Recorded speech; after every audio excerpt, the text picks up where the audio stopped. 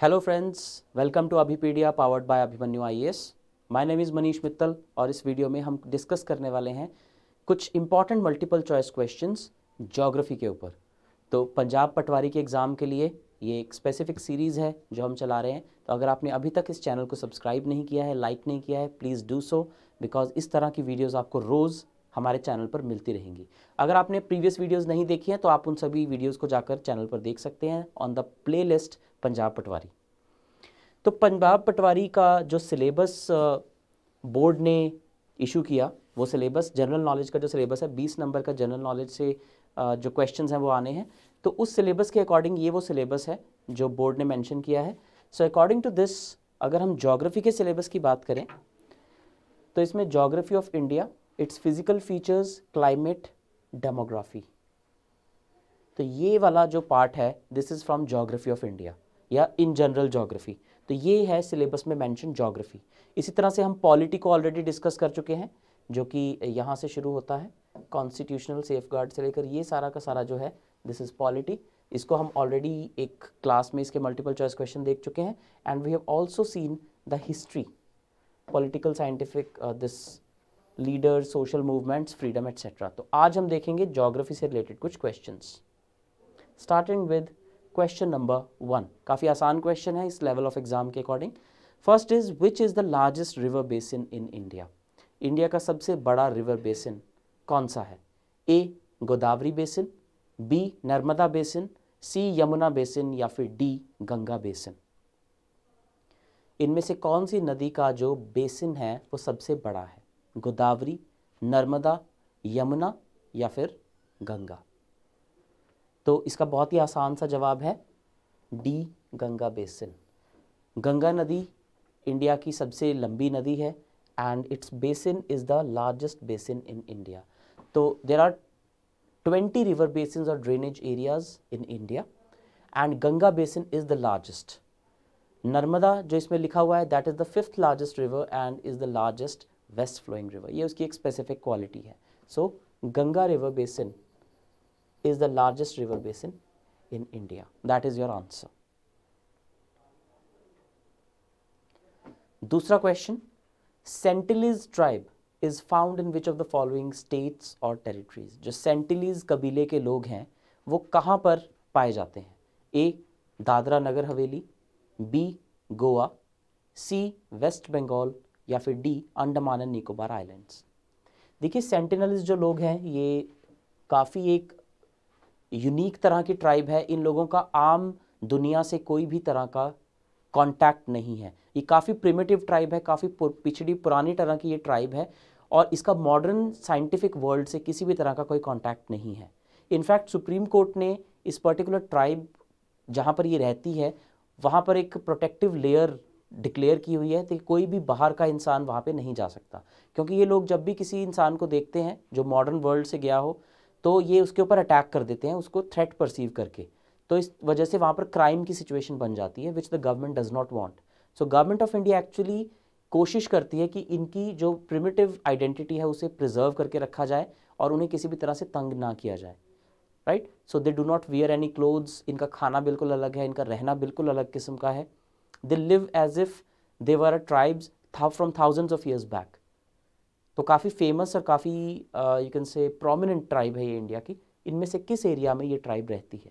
दादरा नगर हवेली, गोवा, पश्चिम बंगाल या फिर अंडमान निकोबार। सो ये रहती हैं अंडमान निकोबार आइलैंड्स में। There is an island in Andaman Nicobar जो बिल्कुल ही इनएक्सेसिबल है। वहाँ पर मेनलैंड इंडिया तो कहाँ ही लगेगा। So it is a very remote island, इसलिए वहाँ पर मॉडर्न सिविलाइजेशन से कॉन्टैक्ट नहीं हो पाया। तो सेंटिनलीज जो लोग हैं इन्हें सेंटिनली भी कहा जाता है, नॉर्थ सेंटिनल आइलैंडर्स भी कहा जाता है। ये इंडिजिनस लोग हैं जो किस आइलैंड में रहते हैं? नॉर्थ सेंटिनल आइलैंड में, which is a part of the Andaman Nicobar islands. Andamans में ये एक आइलैंड है नॉर्थ सेंटिनलीज आइलैंड। यहाँ पर जो लोग रहते हैं उन्हें सेंटिनलीज कहा जाता है for the same reason. They are considered one of the world's last uncontacted people. World's last uncontacted people का मतलब जो मॉडर्न सिविलाइजेशन से जिनका कॉन्टैक्ट नहीं हो पाया, ये उस तरह के लोग हैं। So it's very interesting actually कि उनका रहन सहन कैसा है। Designated a particularly vulnerable tribal group, PVTG इन्हें डेजिग्नेट किया है सरकार ने, particularly vulnerable tribal group. And it is a scheduled tribe also, and they belong to the broader class of Andamanese people, right? So this is what you have to know. Question number 3. Which Indian state shares its borders with 3 countries? इनमें से कौन सी ऐसी state है जो 3 देशों के साथ अपनी बाउंड्री शेयर करती है? Which of these states shares its border with 3 countries? The options are A. Arunachal Pradesh, B. Meghalaya, C. West Bengal और D. सिक्किम। कौन सा इसमें से राज्य है जो 3 कंट्रीज के साथ अपना बॉर्डर शेयर करता है? नेपाल के साथ भी, भूटान के साथ भी और चाइना के साथ भी। काफ़ी आसान क्वेश्चन है ये, अगर आपको इंडिया के पॉलिटिकल मैप का आइडिया है तो आप इस क्वेश्चन को आंसर कर सकते हैं। सिक्किम, वेस्ट बंगाल, मेघालय और अरुणाचल प्रदेश। इसका जो करेक्ट आंसर है दैट इज डी, सिक्किम। इसमें दो पॉइंट्स में आपको कंफ्यूजन हो सकती है, वेस्ट बंगाल और सिक्किम में, लेकिन इसका आंसर आता है Sikkim. So Sikkim is a state in north east India. इसका बॉर्डर नॉर्थ में तिब्बत के साथ लगता है। It borders Tibet in the north and north east, Bhutan in the east, Nepal in the west and West Bengal in the south, right. तो ये इन सभी के साथ इसकी जो बाउंड्री है वो लगती है। इसकी कैपिटल सिटी है गैंगटॉक और इसमें खांगचेनजोंगा नेशनल पार्क है, विच is a very very important national park. Very very important क्यों? क्योंकि इसमें सारे क्लाइमेटिक जोन्स एग्जिस्ट करते हैं। इसका जो ऑल्टीट्यूड है वो इतना ज़्यादा है, लो से लेकर हाई तक, that almost all climatic zones exist in this national park. So it's a prominent national park. Next question number 4. According to the Indus Water Treaty, which river will not be governed by Pakistan? Indus water treaty जो कि 1960 में sign की गई थी between India and Pakistan, ताकि जो सिंधु नदी और उसकी बाकी 5 सहायक नदियां हैं उनका पानी आपस में बराबर डिवाइड किया जा सके।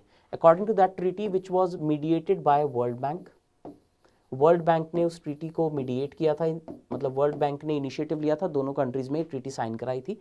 According to this Indus, Jhelum and Chenab, ये तीनों नदियां जो हैं इनका पानी एक्सक्लूसिवली पाकिस्तान को जाएगा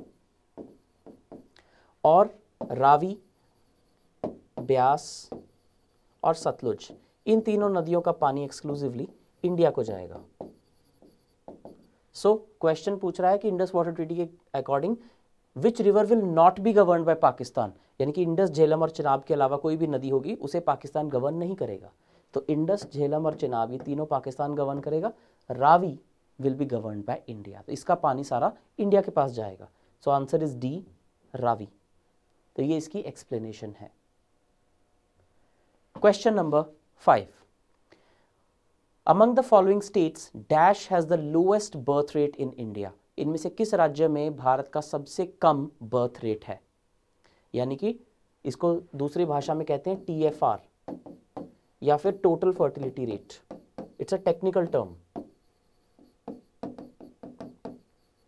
टोटल फर्टिलिटी रेट का मतलब होता है that a woman who is able to bear children, यानी कि a woman from 16 to 49 years of age, जो कि उसकी प्रोक्रिएशन की एज मानी जाती है, in that age an average woman on an average bears how many children, उसे कहा जाता है टोटल फर्टिलिटी रेट। तो टोटल फर्टिलिटी रेट के अकॉर्डिंग इनमें से कौन सा राज्य है जिसका सबसे कम बर्थ रेट है या टोटल फर्टिलिटी रेट है? Options are A Kerala, B Uttar Pradesh, C Bihar और डी सिक्किम। तो इसका जो करेक्ट आंसर है that is D, Sikkim. Recently report के अकॉर्डिंग सिक्किम का जो TFR है वो सबसे कम पाया गया है। So according to the national family health survey number 5, थोड़ा सा करंट से रिलेटेड ये क्वेश्चन है, Sikkim has recorded the lowest TFR और टोटल फर्टिलिटी रेट। तो क्या होता है TFR? TFR is the total number of average children that a woman bears during her active fertile period. So NFHS या फिर नेशनल फैमिली हेल्थ सर्वे के according Sikkim का TFR सबसे कम है and these findings were released on December 13, 2020। तो थोड़ा सा current से रिलेटेड क्वेश्चन आपका हो जाता है, लेकिन ये डेमोग्राफी से क्वेश्चन है जो कि सीधा सीधा सिलेबस में मेंशन्ड है। Sixth, Guru Shikhar is the highest peak of which of this mountain ranges? A Satpura, B Shivalik, C Aravalli और डी मालवा प्लेटू। इनमें से किस माउंटेन रेंज में Guru Shikhar is the highest peak? A Satpura, B Shivalik, C Aravalli और D Malwa plateau. So the correct answer here is Aravalli range. Guru Shikhar peak जो है ये अरबुडा mountains of Rajasthan में है और ये अरावली रेंज की सबसे ऊंची पीक है। इसकी एलिवेशन है 1722 मीटर्स और ये माउंट आबू से सिर्फ 15 किलोमीटर की दूरी पर स्थित है। Guru Shikhar means the peak of the guru और ये गुरु दत्तात्रेय के नाम पर है, who is considered to be an incarnation of lord Vishnu. ये कुछ additional information, map based question था ये भी। Next, eastern ghats and western ghats meet where? Eastern ghats और वेस्टर्न घाट्स कहां पर आकर मिलते हैं? A Palani hills, B Nilgiri hills, C Anaimudi या फिर डी शेरवोरॉय हिल्स। इनमें से किस जगह पर ईस्टर्न घाट्स और वेस्टर्न घाट्स आकर मिलते हैं? Again a map based question, सीधा सीधा फिजिकल फीचर्स ऑफ इंडिया से ये क्वेश्चन है। इसका करेक्ट आंसर है सी नीलगिरी माउंटेन्स। नीलगिरी माउंटेन्स पे ईस्टर्न और वेस्टर्न घाट्स दोनों आकर जो है वो मिल जाते हैं near Kerala and Tamil Nadu border. So Nilgiri mountains form the western part of western Ghats and Tamil Nadu में ये जो है आकर मिलते हैं। इसकी हाईएस्ट पीक है दोदा बेटा। नीलगिरी बायोस्फीयर रिजर्व का भी ये पार्ट है और यहाँ पर 3 नेशनल पार्क्स की बाउंड्री लगती है। It's a very biologically rich place. यहाँ पर 3 नेशनल पार्क्स की बाउंड्री लगती है। एक मुदुमलई नेशनल पार्क, दूसरा मुकुर्थी नेशनल पार्क और तीसरा साइलेंट वैली नेशनल पार्क जो कि केरला में है। तो इन तीनों की बाउंड्री जो है ये इसके साथ लगती है। Next, which one of the following is the longest glacier of India? ये आजकल न्यूज़ में भी चल रहा है कि इनमें से कौन सा ग्लेशियर है इंडिया का जो सबसे लॉन्गेस्ट ग्लेशियर है, सबसे लंबा ग्लेशियर है? ए पिंडारी, बी गंगोत्री, सी सियाचिन और डी जेमू। कौन सा ग्लेशियर इनमें सबसे ज़्यादा लंबा ग्लेशियर है? तो ये आजकल न्यूज़ में चल रहा है से आप कंफ्यूज हो सकते हैं, लेकिन क्योंकि आजकल 2 ग्लेशियर न्यूज़ में चल रहे हैं, एक सियाचिन और एक गंगोत्री। गंगोत्री न्यूज़ में चल रहा है क्योंकि जो उत्तराखंड में रिसेंटली एक ट्रेजेडी हुई है, ग्लेशियर लेक बर्स्ट जिसे कह रहे हैं, तो वो उसकी वजह से न्यूज़ में है गंगोत्री ग्लेशियर। और सियाचिन ग्लेशियर न्यूज़ में तो हमेशा ही रहता है, it is the highest battlefield in the world. तो इसका आंसर है हमारा सी सियाचिन ग्लेशियर इटसेल्फ। तो इंडो चाइना स्टैंड ऑफ की वजह से सियाचिन ग्लेशियर न्यूज़ में था। So Siachen glacier is located in eastern Karakoram range. Eastern Karakoram range में सिचुएटेड है, just north east of point NJ9842, जहां पर लाइन ऑफ कंट्रोल जो इंडिया और पाकिस्तान में है वो वहां तक जाती है। It is the second longest glacier in the world's non polar area. Non polar area में ये दूसरा सबसे लंबा ग्लेशियर पाया जाता है, right. Next question number 9, mangrove vegetation in India is most extensive where? Mangrove vegetation सबसे ज़्यादा कहाँ मिलती है इन एरियाज में से? A Malabar, B Rann of Kutch, C Sundarbans और डी नन ऑफ दीस। तो इसका करेक्ट आंसर है सी सुंदरबंस। काफ़ी आसान क्वेश्चन था ये भी कि सुंदरबंस जो है वो सारा दलदली इलाका है, मैंग्रोव वाला इलाका है। And Sundarbans also is the largest delta in the world. Ganga और ब्रह्मपुत्र का कंबाइंड डेल्टा जो है वो इसमें बनता है और बांग्लादेश का एक बहुत बड़ा हिस्सा जो है वो सुंदरबंस के अंडर आता है। इंडिया में भी वेस्ट बंगाल का एक काफ़ी बड़ा हिस्सा सुंदरबंस जो डेल्टा है उसमें आता है। It's a mangrove area. तो यहाँ पर कन्फ्लुएंस है कौन कौन सी नदियों की? गंगा, ब्रह्मपुत्र और मेघना, इन तीनों नदियों का यहाँ पर कन्फ्लुएंस होता है। And it spans from Hooghly river of India's to the Baleshwar river in Bangladesh. काफ़ी बड़ा ये एरिया है and it is the largest mangrove here. Next question number 10, soil से क्वेश्चन है कि कॉटन कल्टीवेशन इनमें से कौन सी मिट्टी में सबसे अच्छी होती है? Again a very easy question कि कॉटन कल्टीवेशन सबसे ज़्यादा आसान कौन सी मिट्टी में, सबसे अच्छी कौन सी मिट्टी में होती है? A red soil, B black soil, C laterite soil और डी एलुवियल सॉइल। तो इसका करेक्ट आंसर है बी ब्लैक सॉइल या काली मिट्टी। काली मिट्टी में जो कॉटन कल्टीवेशन है वो सबसे अच्छी होती है और काली मिट्टी सबसे ज़्यादा पाई जाती है वेस्टर्न पार्ट ऑफ इंडिया में या फिर डेक्कन प्लेटू वाले रीजन में, इसलिए गुजरात में कॉटन कल्टीवेशन काफ़ी अच्छी होती है, right. So black soil is the most suitable soil for cotton cultivation.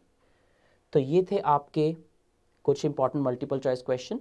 तो एक और इम्पॉर्टेंट अनाउंसमेंट जो मैं आज करना चाहता हूँ, बेसिकली रिसेंटली जो बोर्ड है उसने एक नोटिफिकेशन इशू की है, let us just have a look at it. तो ये एक नोटिफिकेशन है जो कि subordinate services selection board Punjab ने अभी रिसेंटली नोटिस इशू किया है। तो इसके अकॉर्डिंग जो पंजाब पटवारी के लिए वैकेंसीज थी वो 11 फरवरी तक पहले भरी जानी थी, लेकिन अब उस डेट को एक्सटेंड कर दिया गया है। Now it has been extended up to 18 February. अब आप 18 फरवरी तक अप्लाई कर सकते हैं और फीस भरने की लास्ट डेट भी एक्सटेंड करके 22 फरवरी कर दी गई है। So it's a very important announcement by the subordinate services selection board कि अब जो पटवारी के लिए अप्लाई करने की डेट है, पहले वो 11 फरवरी थी, अब बढ़ाकर 18 फरवरी कर दी गई है। So those who have not applied yet, आपके लिए एक मौका है, आप इसको अप्लाई कर सकते हैं। It's a very golden opportunity for you, क्योंकि इतनी सारी वैकेंसीज पहले नहीं निकाली गई हैं। देयर आर 1152 वैकेंसीज, करीब 1200 के करीब ये वैकेंसीज हैं, जो कि काफ़ी बड़ा नंबर है। पंजाब में यूजुअली इतनी वैकेंसीज नहीं निकाली जाती हैं। सो ग्रैब द अपॉर्चुनिटी, इस एग्जाम को ज़रूर फिल करें। Still there is 1 week, at least I would say 6 days to go, जब आप इस एग्ज़ाम को अप्लाई कर सकते हैं। And do apply it. अगर आपको तैयारी करनी है तो डिस्क्रिप्शन में दिए हुए लिंक पर जाकर आप हमारा फुल कोर्स ज्वाइन कर सकते हैं, माइक्रो कोर्सेज भी ज्वाइन कर सकते हैं, या फिर अगर आप ऑलरेडी तैयारी कर रहे हैं तो आप खुद को इवैल्यूएट करने के लिए हमारी टेस्ट सीरीज ज्वाइन कर सकते हैं। तो जैसे ये कुछ क्वेश्चंस हम डिस्कस करते हैं, there are thousands of questions that can be available to you from our portal, right. So do click the link in the description and prepare with Abipedia. That is it for today. Thank you and all the best for your exam.